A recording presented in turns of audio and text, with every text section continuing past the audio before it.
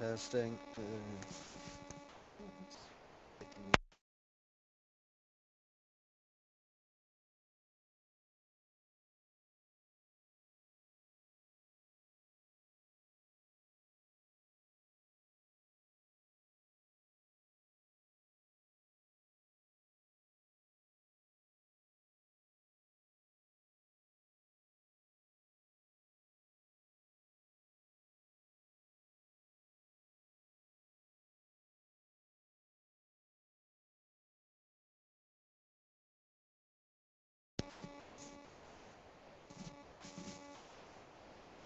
Might be a second.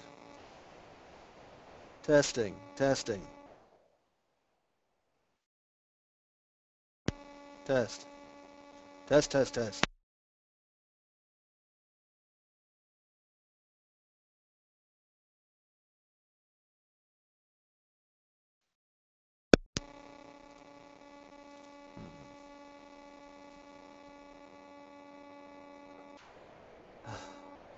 You know, I'm really not loving this headset at the moment. It's starting to annoy me a little bit. I would like it if it worked better. You can't hear that.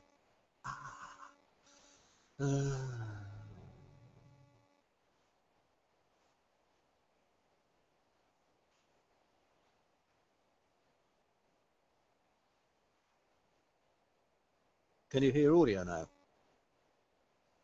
Testing, testing. I can't tell what anyone can do anymore. I don't know if there's audio or... Can you hear? Okay. One sec. Can you hear an audio now? Is there audio? Holding up two fingers. Ah, you can't see my fingers even. So hang on.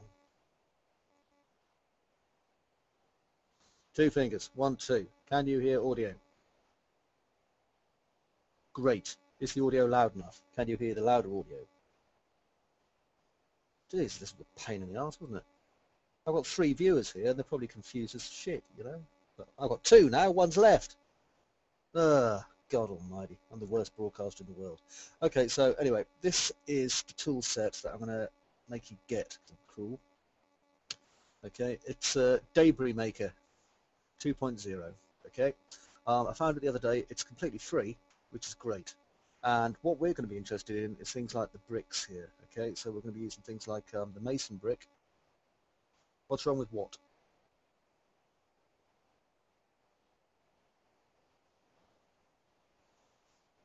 Good old internet weighty cone. I might have to type what's wrong with what as well. Okay. Okay, you can hear me. That's cool. Only a slight delay. Right, so what I'm going to do is I'm going to build a masonry wall. And I can set my wall width and my wall height. So I'm going to want my height to be round about, say, 20, and my wall width to be about 10. Okay, that'll give me quite a lot. My mortar gap, I want as small as possible, and then I can just generate. Now it's going to take a few moments as it builds an array, but I'm kind of thinking you can probably see the use already in this. Right click, convert to editable poly. Yeah, I can read it, but I'm kind of wondering what's wrong with it. Are you commenting in the thing or something? I can't see. Okay, so I'm now going to select this brick here and then attach the rest of these parts to it just to kind of demonstrate.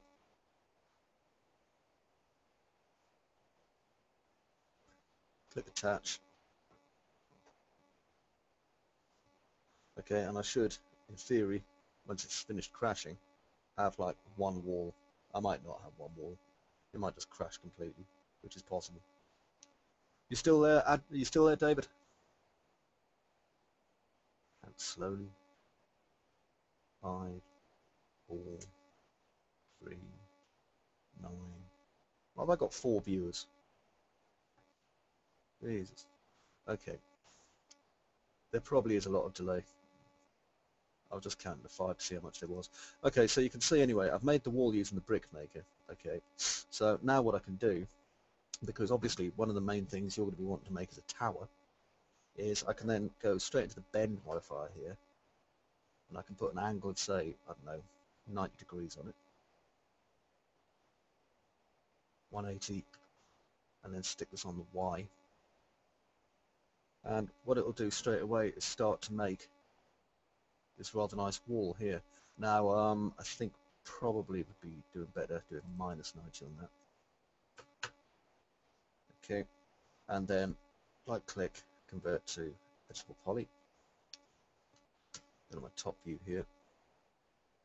Now, if I just get my rotation tool here and just rotate that up a little bit there, and then I'm just going to mirror it, make a copy, click OK. I'll just offset it myself. Okay, so we get kind of that. I've gone into orthographic. I don't like orthographic very much, but it does the trick sometimes. Then I click mirror again, and I'll just mirror on a different axis this time. I can see this thing's desperate to be an absolute bastard. I'll just do it manually. Probably, mate, probably.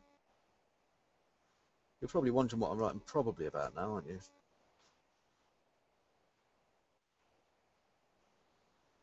I'm having one of those days, really am. Okay, let's drag this forward. The thing is, when you're dealing with like myriad polygons like this, it can be a teeny bit clunky. Alright, come on. Okay, so now I can just bind these parts together. You'll notice some of the bricks don't fit anymore, so I'll have to probably do a little bit of slicing in places. Just there and there, but that's not exactly going to ruin my tea time, if you know what I mean. Okay, now if I drop back in perspective, what I was saying to you was that, I mean, apart from filling these gaps, which is not really the most difficult thing in the world, if you're going to make something like a wizard's tower, or any other form of tower, okay, each of these pieces here is actually just going to be one piece, okay, obviously instanced. So once we've got kind of all four of them here together, what we can do then is we can kind of stack them up a bit. I mean, this is obviously kind of the rough and ready way of showing you how we're going to be doing this, and ignore the fact that there's like about 10 trillion polygons there. That's not really important. What is important is that we're going to be able to kind of grab it all, wait patiently for a second, do a taper, but understand this is hammering my system like something terrible, and then I can do kind of the amount, bring it in like that, and not that much, that would be silly, maybe about that much. DebrisMaker doesn't like it when I do scary things to it by the looks of things. Okay, so that gives us kind of a very small inward curve, which is kind of inward turn which we need, and we wouldn't bother going for any form of curve on it. So curve the bricks, we're going to lose strength in the building, and that becomes very apparent visually. And the good thing is that by doing that, again, like I said, just let autosave do its thing, which is going to take a little while. Whistle, look out the window, fart. See, isn't this worth your hard-earned pennies? Right, so now what we can do is pull back, and I just take off this part here. Hello, all the other viewers who have tuned into this. How are you doing? And this part here. You missed the part where I was swearing at my webcam quite a lot earlier. And now what we've got is we've got these three sections here. I'll just collapse them all. So, you know, convert to editable poly will do it. Oh, there it is. Okay, so scratch my ear. I wonder if anyone's actually talking in my little thing. Where is there chat systems? Oh, there is. No one's talking to me in the chat system. You bunch of bastards. Right, so now what I've got is I've got these three pieces here. If I now refine, yeah, it is, but don't worry about it. If I now refine this area here to fill in these bricks, just so this becomes a solid area, here and here, all the way up, and just obviously close the gaps here. down a bit.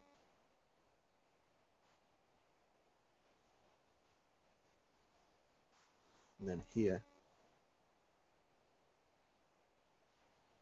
what we now have is a serviceable outside part of the wall. If we consider that our tower is going to be made from like maybe 2 of these in height, okay, with then a habitational kind of observatory at the top, and then like a wizard's doorway thing at the bottom, what we have now is the basis for 1, a very useful normal map, and 2, a very useful kind of baked-in diffuse map that we can then work on in something like either Substance or DDO or something like that, which is going to save us an absolute shed load of time.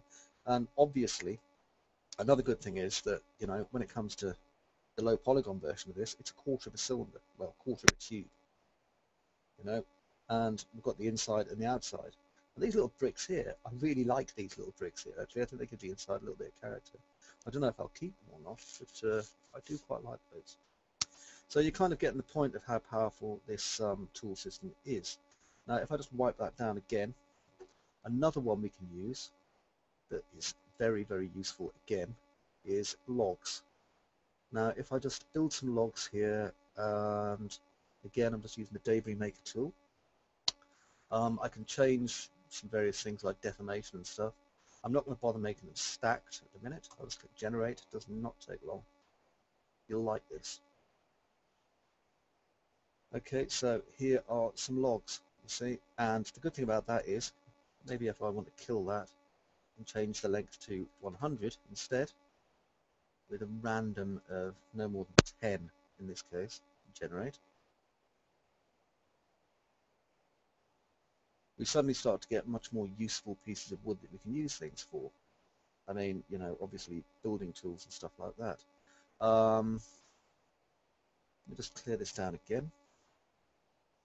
Don't know if there's a maximum height on this one. I think there probably is. Yeah, it's limited to a maximum height 20, radius of 3. So if I drop down the radius to 1, and will it let me? No, 3. Silly tool. That means I'm going to have to manually do things. However, it shouldn't be too bad. If I just get that one and turn it to 90 degrees and zoom on it, you can see we've got kind of enough detail here to get started on one rather nice log. I'll just convert to editable poly because I think it's probably a mesh at this point. And then if I just go into my scale tools, I can scale it in to make it thinner and taller, like that. And it's, hey, what are we going to do with that, Chris? Why did we make a log? Well, you know why we made a log. Because suddenly I can do this. And if these logs are now low poly inside our game engine, which they will be, with lovely textures and reflectivity maps and things as well, suddenly we're building stuff that is incredibly useful. Getting the point? Yeah, of course you are. So let's have a quick look here.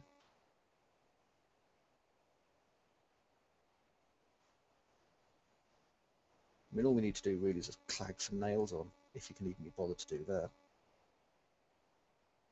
But we do that, and we do that. And on the top of this, well, there's another tool we can use, funnily enough. Let me just try and work out where I left the plugin thing. Or did I just close it like an idiot? Hang on. DebrisMaker, here we are. Now if we go down here to planks, you'll like this. And we'll generate maybe 2 planks. Maximum length of 100, minimum length of 80. Right, so it doesn't let me minimum length of 60 then. Width, width, height, height. Don't want irregular ends. We'll have knots. We'll have a bit. We don't have too much twisting. Generate. Give it a second. And now we have kind of a couple of these planks here. Bring it over to round about there. This is where things start to get like madly useful. And scale it. So where's my scale tool? Here. Bugger off. And I'm going to scale it 200. Okay, some uniform scaling. I think if you can't see the use for things like this, it's probably time to take a new career in sucking Justin Bieber's cock, probably. Let's move that over to there. And again, I'm not going to go mental because, you know, I can make as many of these different kinds as I want. I'm just showing you the possibilities.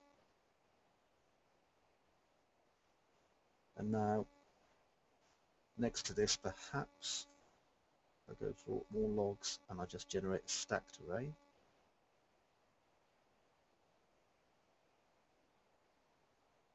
And suddenly we're moving into the whole realm now of useful props and building ourselves a rather lovely little kind of library of parts that we can use and reuse over and over again.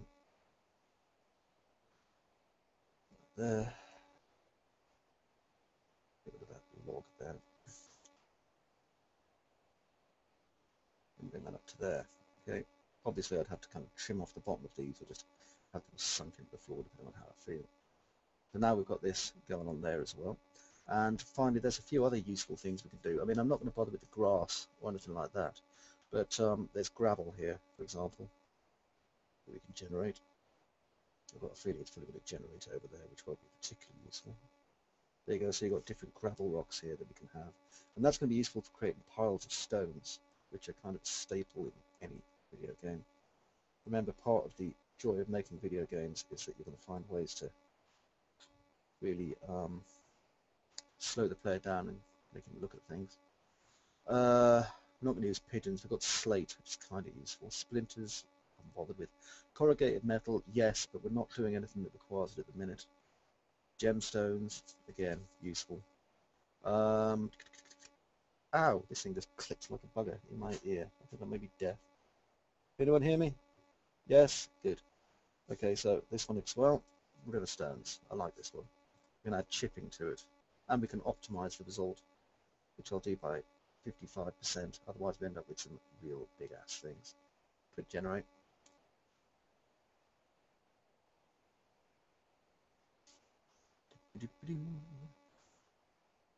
Wait patiently for a few moments.